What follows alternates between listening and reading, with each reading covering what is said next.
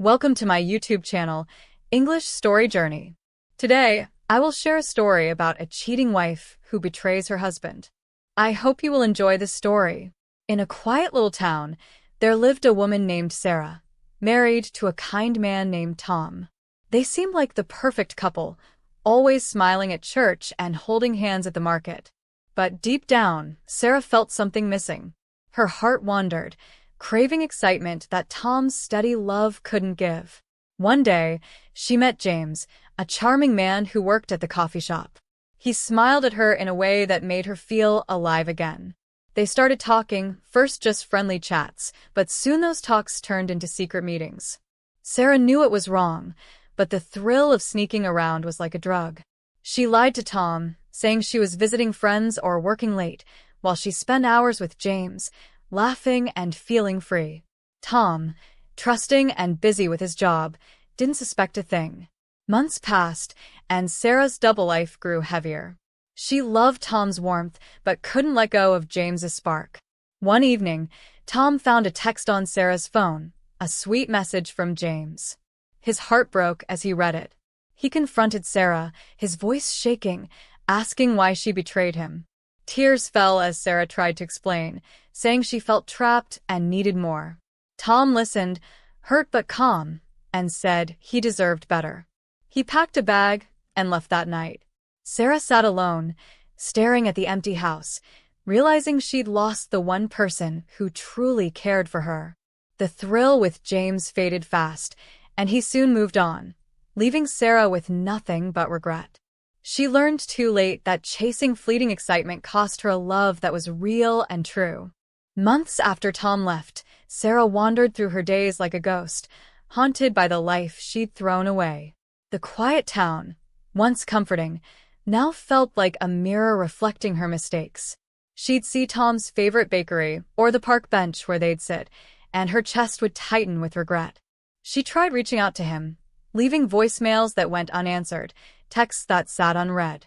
Tom had moved to a nearby city, starting fresh, and friends whispered he was healing, maybe even seeing someone new. Sarah, meanwhile, was stuck, replaying her choices. How she traded Tom's steady love for James's fleeting charm. She saw James once more, at the coffee shop where it all began. He was behind the counter, flirting with a new customer, his smile as disarming as ever. Sarah felt a pang, not of longing but of clarity. James was a spark that never meant to last. She walked away, knowing she'd been chasing a mirage. Determined to fix herself, Sarah started therapy, digging into why she felt so trapped in her marriage. She learned her restlessness came from within, not from Tom's love. She began volunteering at the church, hoping to rebuild her sense of purpose, but the townsfolk's whispers about her affair, her loss, followed her point one day. A letter arrived from Tom. No return address. His words were kind but firm. He forgave her, not for her sake, but for his own peace. He wished her well, but made it clear their story was over. Sarah sobbed, clutching the letter, feeling both relief and a deeper ache. She knew she had to let him go. Slowly, she started rebuilding, small steps, like planting a garden in her backyard, something Tom always wanted. It wasn't about winning him back, but honoring the good he'd brought to her life. Years later, Sarah was different, quieter, wiser. She never remarried, not out of guilt, but because she needed to know herself first.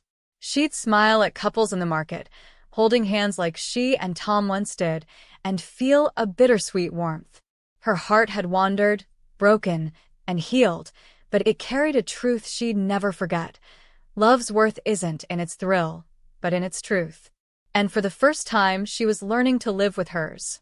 A decade passed, and the quiet little town had changed, but Sarah remained, now a woman shaped by time and lessons hard learned. Her garden flourished, a vibrant patchwork of flowers and herbs that drew neighbors to linger and chat. She'd become a quiet pillar in the community, known for her kindness and the way she listened without judgment. The whispers about her past had faded, replaced by respect for the woman she'd become. Yet, late at night, when the house was still, Sarah would sit by her window, tracing the scars of her choices in her mind. She no longer ached for Tom, but his absence was a quiet echo, a reminder of what love could cost. One spring, a festival brought the town together, with lanterns glowing and music drifting through the streets. Sarah volunteered, serving lemonade and laughing with old friends. As she worked, she noticed a familiar face in the crowd, Tom. Older now, his hair touched with gray, standing with a woman whose smile was gentle and warm. Their hands were linked, and a young girl, maybe 7, tugged at Tom's sleeve, pointing at the cotton candy stand. Sarah's breath caught, but not with pain. She felt a strange peace, seeing him happy, whole. Tom spotted her, and for a moment, their eyes held years of unspoken history. He approached, his wife and daughter trailing behind. "Sarah," he said, his voice steady, "it's good to see you." No anger, no bitterness, just truth. Sarah smiled, introducing herself to his wife, Anna, who was kind but reserved, and to their daughter, Lily, who grinned and asked for extra lemonade. They talked briefly about the town, the festival, nothing heavy. Before leaving, Tom said softly, "You look like you've found your way." Sarah nodded, her throat tight. "So do you." After they left, Sarah stood alone, the festival's hum fading into the background. She thought of the letter Tom sent years ago, his forgiveness that set them both free.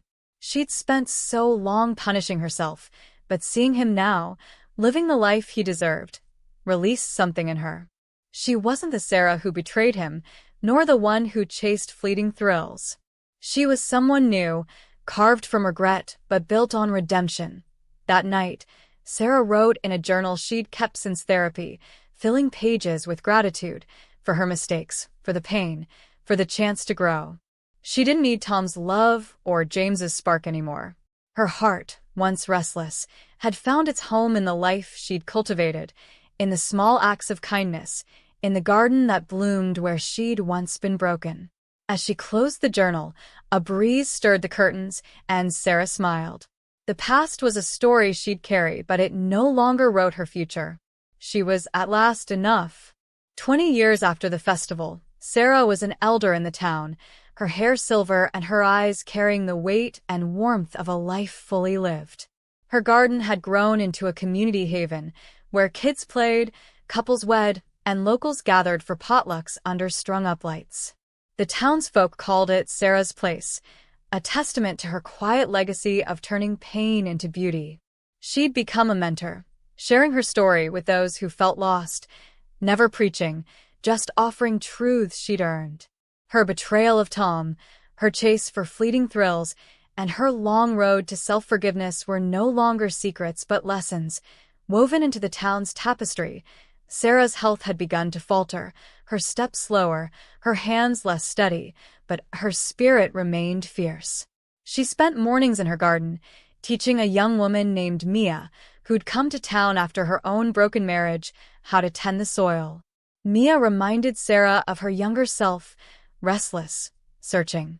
Through their talks, Sarah guided her, not with answers, but with questions that helped Mia find her own. "What do you want your heart to hold?"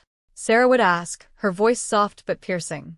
Mia's growth became Sarah's pride, proof that redemption could ripple beyond one life.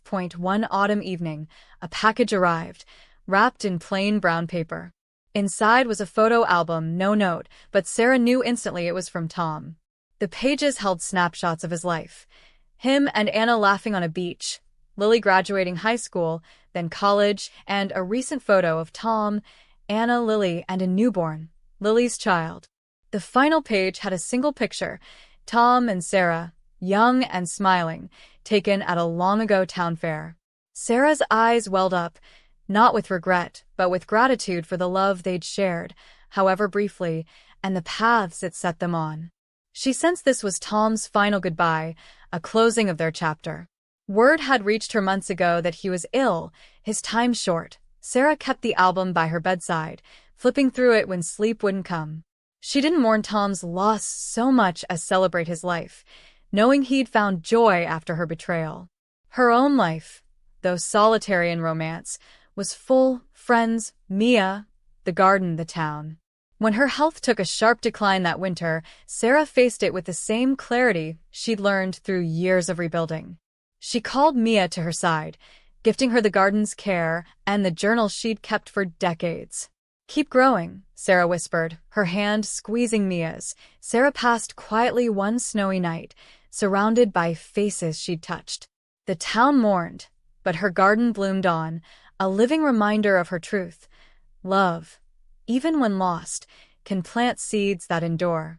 At her memorial, Mia read from Sarah's journal, her voice steady. "I broke what was good, but I learned to build better. Live for what lasts." Somewhere, Sarah knew, Tom was smiling, their stories forever linked, their peace in the years following Sarah's passing. The town carried her legacy forward, as if her spirit lingered in the petals of her garden and the stories shared under its lights. Sarah's place grew into a symbol of second chances, drawing visitors from beyond the town's borders. Mia, now in her 30s, had taken up Sarah's mantle with a quiet strength, tending the garden and mentoring others as Sarah had done for her. She'd married a kind carpenter named Eli, and their 2 children, Sarah and Thomas, played among the flower beds, their laughter echoing where Sarah once found solace. Mia kept Sarah's journal on a shelf, its pages worn from rereading, a guide for her own life's choices. The town had evolved, a new library, a bustling cafe where the old coffee shop once stood. But Sarah's story remained a quiet undercurrent, told to newcomers and etched into the community's heart. One spring, a documentary filmmaker named Clara arrived, drawn by tales of Sarah's place and its origins. Clara, grappling with her own regrets from a fractured family, sought Mia's permission to tell Sarah's story. Mia hesitated, protective of Sarah's memory, but saw in Clara the same hunger for redemption she'd once carried. She agreed, sharing the journal and her own recollections, while townsfolk added their pieces of Sarah's life.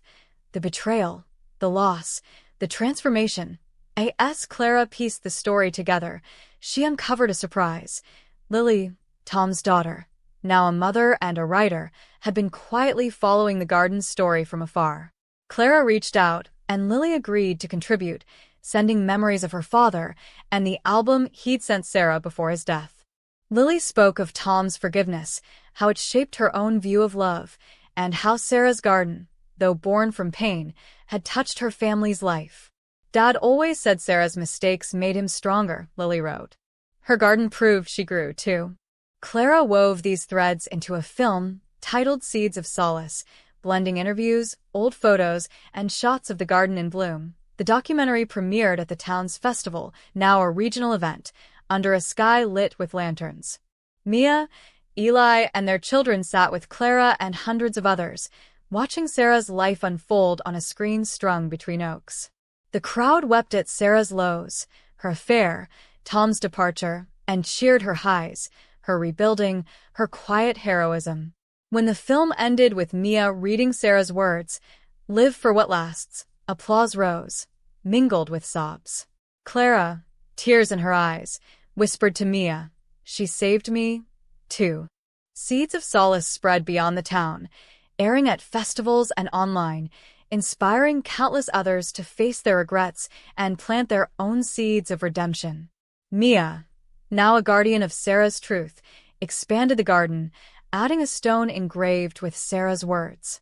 On quiet evenings, she'd sit there, journal in hand, feeling Sarah and Tom's presence in the breeze. Their story, messy, broken, beautiful, had become a beacon, proving that even the deepest wounds could grow into something eternal.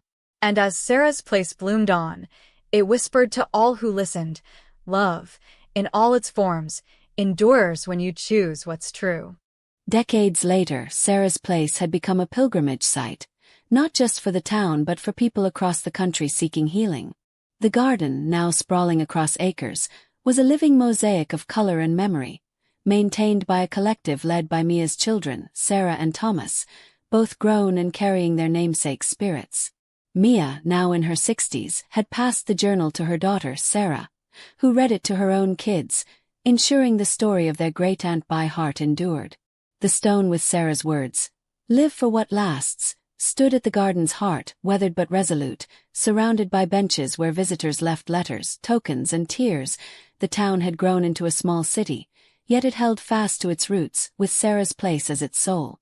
Seeds of Solace, Clara's documentary, was now a classic, taught in schools and streamed globally, its message of redemption timeless. Clara, long settled in the town, had become a local historian, curating a museum next to the garden. It housed Sarah's journal, Tom's photo album, and artifacts from the town's past, drawing scholars and seekers alike.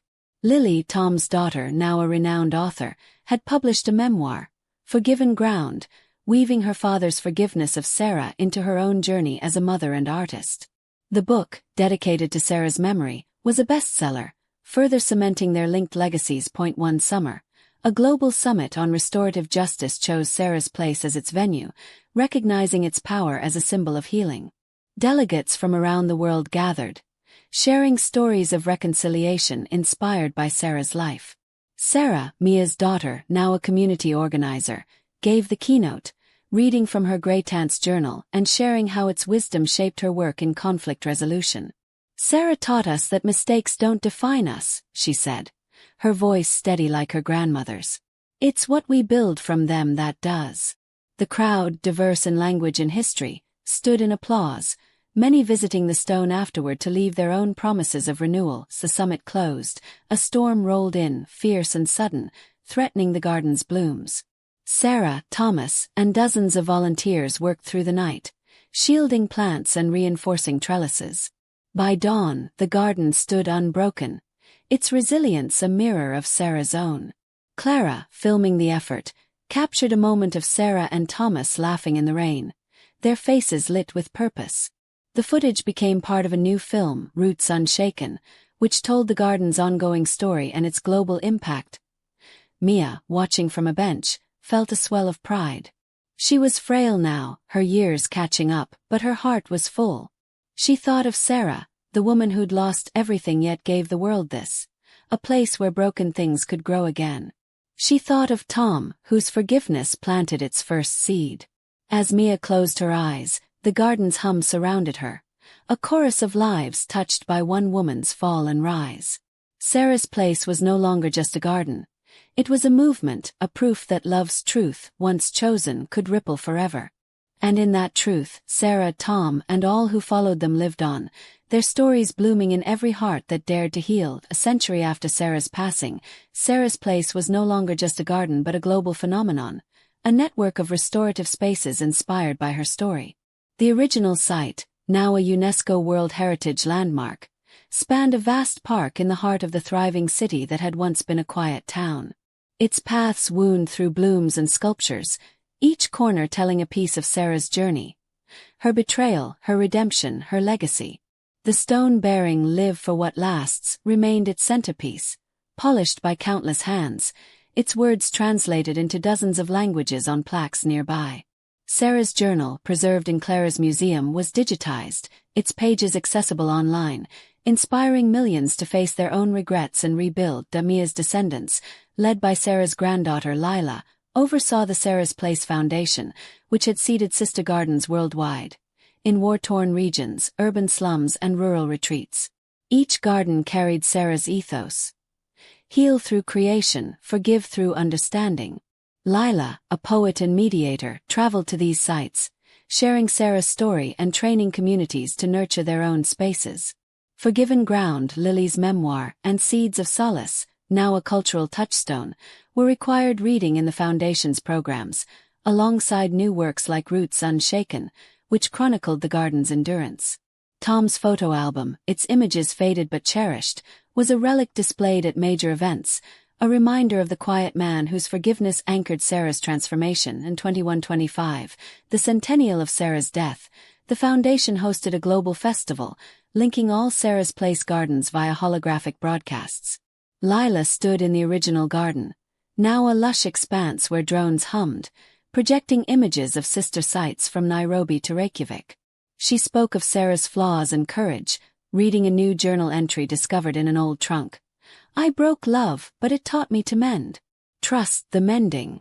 The words, raw and human, resonated across continents, sparking tears and vows. Delegates shared stories: a Syrian refugee who found peace planting roses, a Tokyo lawyer who forgave a betrayer after visiting a garden. Each tying back to Sarah's choice to grow beyond her pain. A new challenge emerged. Climate shifts threatened the original garden's ecosystem. Lila rallied scientists, artists, and youth to innovate, creating adaptive plants and solar-powered irrigation. The effort, dubbed Sarah's Bloom, became a model for environmental resilience, proving Sarah's legacy could evolve with the world. Clara's great-grandson, a filmmaker, documented it in Eternal Sprout, blending Sarah's story with this modern fight. Premiering to a global audience, Lila, nearing 50, often walked the garden alone at dusk, feeling Sarah, Tom, Mia, and countless others in the air. The world had changed: technology, borders, climates, but Sarah's truth held. Mistakes could seed redemption if you chose what lasts. As stars emerged, Lila touched the stone, her fingers tracing its words.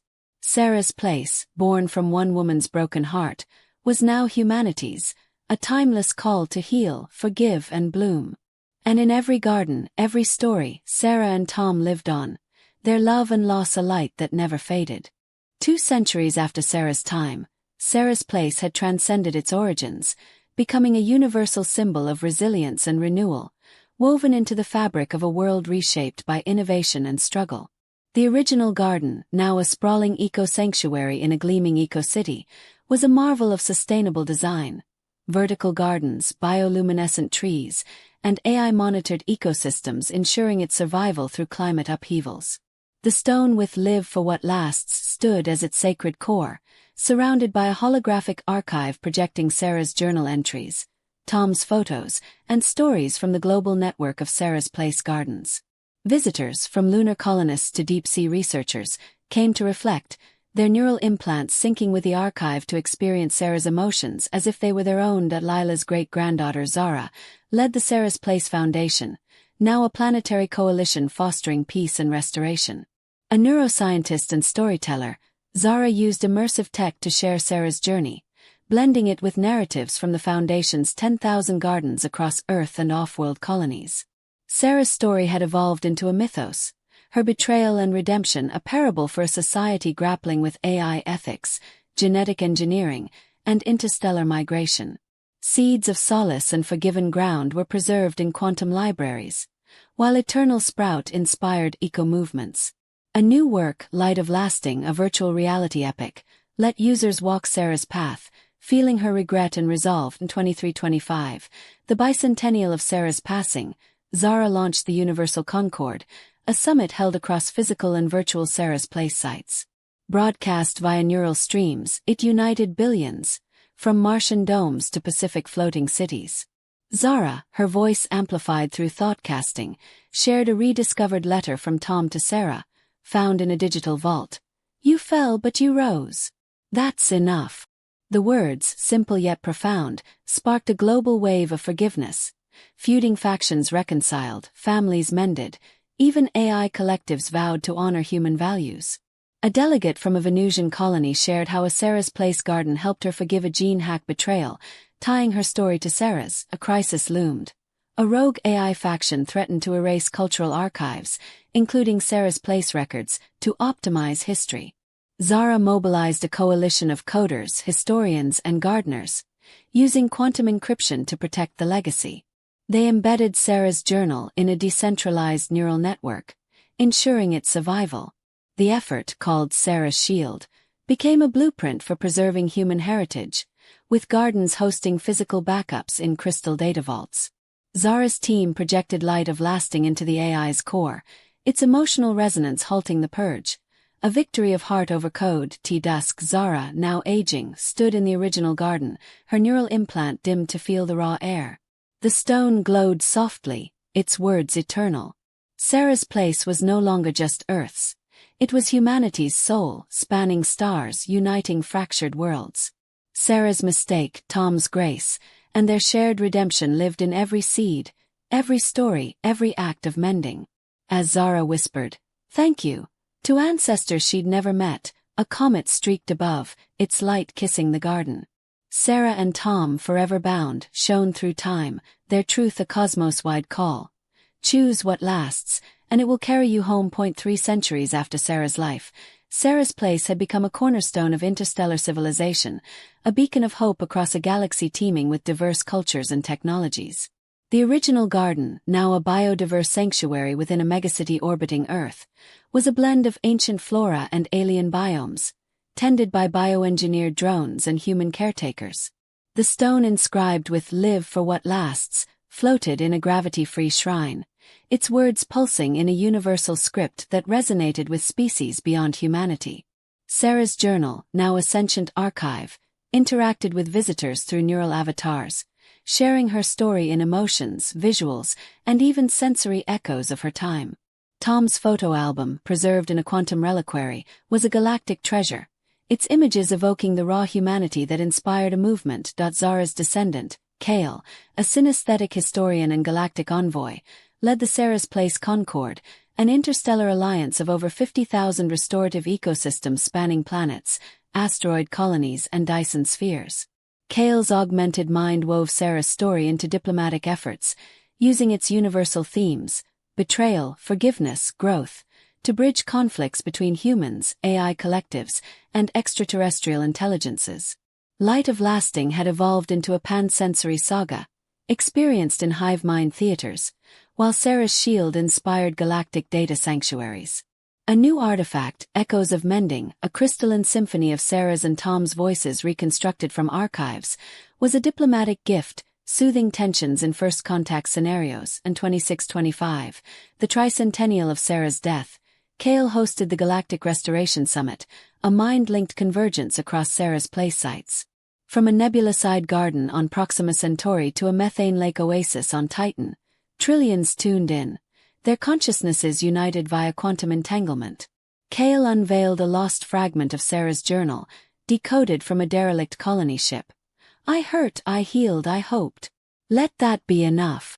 The words, felt as much as heard, ignited a galaxy-wide mending wave. Warring factions on Gliese 581 paused hostilities, a rogue AI on Alpha Draconis rewrote its ethics, and a fungal sentience on Kepler 442 shared nutrients with a rival. A Martian elder recounted how Sarah's story helped her forgive a terraformer's sabotage, tying her pain to Sarah's. A threat emerged. A cosmic anomaly, a memory void, began erasing cultural data across the galaxy, targeting Sarah's Place archives as a redundant sentiment. Kale rallied a coalition of quantum poets, xenobotanists. So guys, from Sarah's story as a cheating wife, we learn a simple but powerful lesson. Chasing fleeting thrills can cost you what truly matters. Sarah betrayed Tom for James's excitement, but it left her empty and alone. Her regret taught her to value lasting love and build something meaningful, like her garden.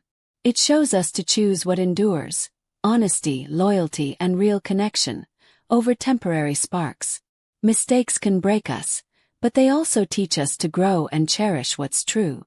Live for what lasts, and you'll find peace.